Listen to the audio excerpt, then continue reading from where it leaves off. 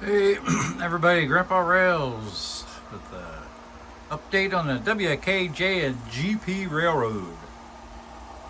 We have a train running. It'll be a short update.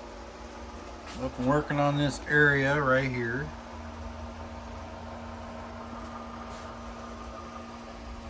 I have a Y right here, so I was making everything work. I was going to have two bridges there, but that just was not going to work out the way I wanted it to. So I printed myself a double track bridge, and this is the result.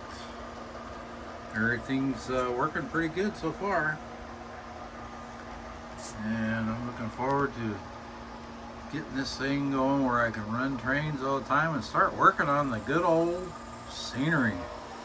Get some trees on here and grass and everything. I'm tired of looking at all this brown stuff.